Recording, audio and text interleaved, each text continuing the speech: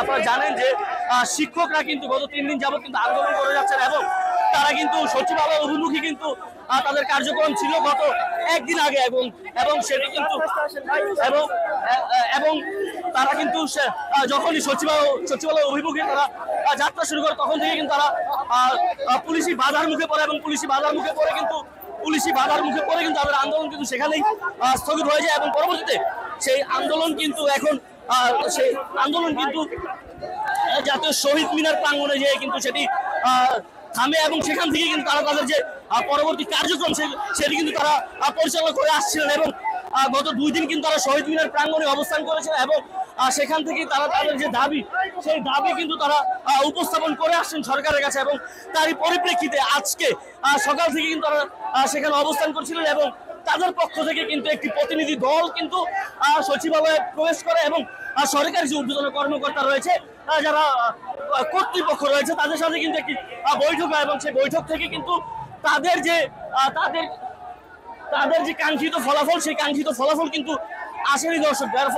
যার পরিপ্রেক্ষিতে তাদের যে পূর্ব ঘোষিত কর্মসূচি লং মার্চ টু সচিবালয় যে পদযাত্রা সেই লং মার্চ টু সচিবালয় পদযাত্রা কিন্তু তারা এই মুহূর্তে পরিচালনা করছেন এবং তারা কিন্তু শহীদ মিনার প্রাঙ্গণ থেকে দোয়েল চত্বর হয়ে সচিবালয় অভিমুখী কিন্তু তারা যাত্রা শুরু করেছেন এবং আমরা কিন্তু এই মুহূর্তে শিশু একাডেমির সামনে অবস্থান করছে এবং তারা কিন্তু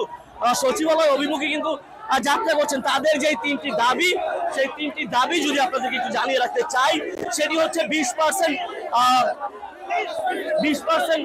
বাড়ি ভাড়া বৃদ্ধি এবং তাদের যে চিকিৎসা ভাতা রয়েছে সেটি 500 টাকা থেকে বৃদ্ধি করে 1500 টাকায় উন্নীতকরণ এবং তাদের যে উৎসব ভাতা রয়েছে সেই উৎসব ভাতাকে 50% থেকে বৃদ্ধি করে 75% এবং 100% কিন্তু সেটি উন্নীত করার কিন্তু তারা জোর দাবি জানিয়ে আসছেন দীর্ঘদিন যাবত। তারই পরিপ্রেক্ষিতে তারা কিন্তু শহীদ মিনারে অবস্থান করছিলেন এবং সেখান থেকে আজকে সরকারি প্রতিনিধি দলের সাথে যখন তাদের বৈঠক হয় সেই বৈঠকে কিন্তু আশানুরূপ যখন তাদের কাছে তাদের যেই কাঙ্ক্ষিত ফলাফল সেই কাঙ্ক্ষিত ফলাফল না আসায় কিন্তু তারা শহীদ মিনার থেকে কেন্দ্রীয় শহীদ মিনার থেকে কিন্তু তারা সচিবালয় অভিমুখে যাত্রা কিন্তু শুরু করেছেন। একটু আপনাদেরকে একটু দেখানোর চেষ্টা করবো পুরো লং মার্চটি আমরা একটু ক্যামেরা ঘুরিয়ে আপনাদেরকে একটু দেখানোর চেষ্টা করবো। আমরা কিন্তু আপনাদের সাথে সারা বাংলার ফেসবুক লাইভে কিন্তু সরাসরি যুক্ত আছি দর্শক এবং পড়ে যাবা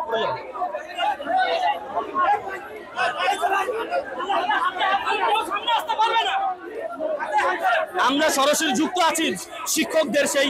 লং মার্চ টু সচিবালয় যে কর্মসূচি সেখান থেকে এবং আপনাদের সাথে আমরা